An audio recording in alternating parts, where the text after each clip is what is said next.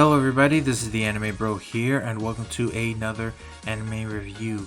Now the anime I reviewed today is called Our Last Crusade, or The Rise of the New World.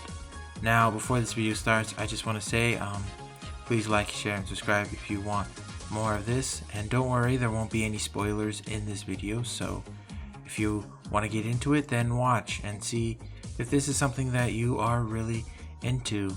And yeah, let's begin this video. Alright, a basic summary of this is that Elise, Lou, Nebulous the Ninth, and Isaka are fighting on opposing sides in a long war. Now even though they fight each other, they both want the same thing, which is basically peace. And yeah, that's the basic summary of it. Now the story itself is really cool because it focuses on these two characters, but also the two sides that play a part in the world, and that's basically the Empire, and I think it's called the Royal Witches Agency or something like that. And basically it shows that there's two different sides of basically war itself, and also how much hate can do to a country. Because one thing about the story that is really cool is that even though each of these sides have great and understandable motives, the things that they're able to do really make them not as basically black and white. Because even though one side is afraid that the other side will overflow them, they're willing to harm anybody that gets in their way. And it's just really cool.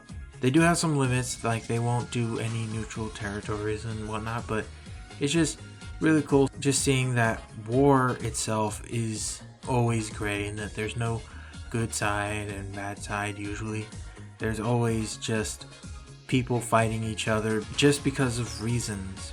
And yeah, that's just basically something about the story that I like. Alright, now what I want to talk about is the main characters. Now in this anime, the main characters are two people, and the first one I want to talk about is Elise. Now Elise is the princess of the Witches Agency, and basically she is one of the well-known ones. I think her nickname is called Ice Queen. Yeah, she's a very powerful magic user. She's a caring person to anybody. She doesn't really care who they are, and she's also very loyal to her country. She's not willing to betray them for anything. And yeah, but another thing that I kind of don't like about her is that she tries to justify the cause of her country. Like she says, well, yeah, my country's doing bad things, but your country was basically hating on us and stuff like that. And that's basically what she's doing.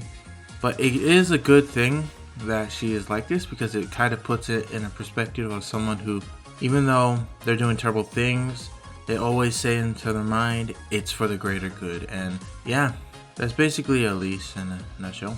Alright, now the second character I want to talk about is Isaka. Now Isaka is on the opposite side. He is a very well-known swordsman on the Empire side.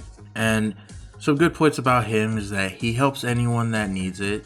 And it doesn't matter who they are. They could be a witch or they could be an imperial force. He just helps them because he feels like that everyone should help each other.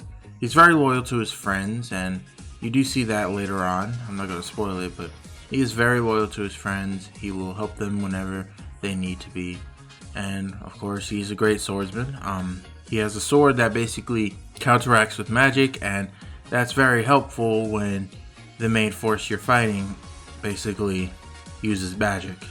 And yeah, some points that I do not like about him is that he still follows a country that goes against his morals. So the Empire is basically all on hating witches, and even though they are against this, he is still willing to work for them, and it just kind of doesn't make sense. And I don't want to get too much into spoilers, but yeah, and that's basically the two characters. Alright, now I want to talk about is the final thing in this video, and that is, should you watch this? In my opinion, you should. But if you are looking for a series to binge watch, then it's really a no, because this series just recently came out, I think last year, So in the future there could be more seasons, and where it ends off right now is basically like a cliffhanger. Like they could go anywhere that they want, and it's obvious pretty much that it is not over yet. And also the source that it's following is not finished yet. So if you want to binge watch it, it's a no. But if you're fine with just watching something right now, then go ahead. It's really enjoyable, and I'm looking forward to a season 2. Alright, and that's the end of this video. If you think that I persuaded you to watch it, then you should go and watch it right now. And like always, please like, share, and subscribe, and comment down below an anime that I should watch next. And see you guys later. Peace!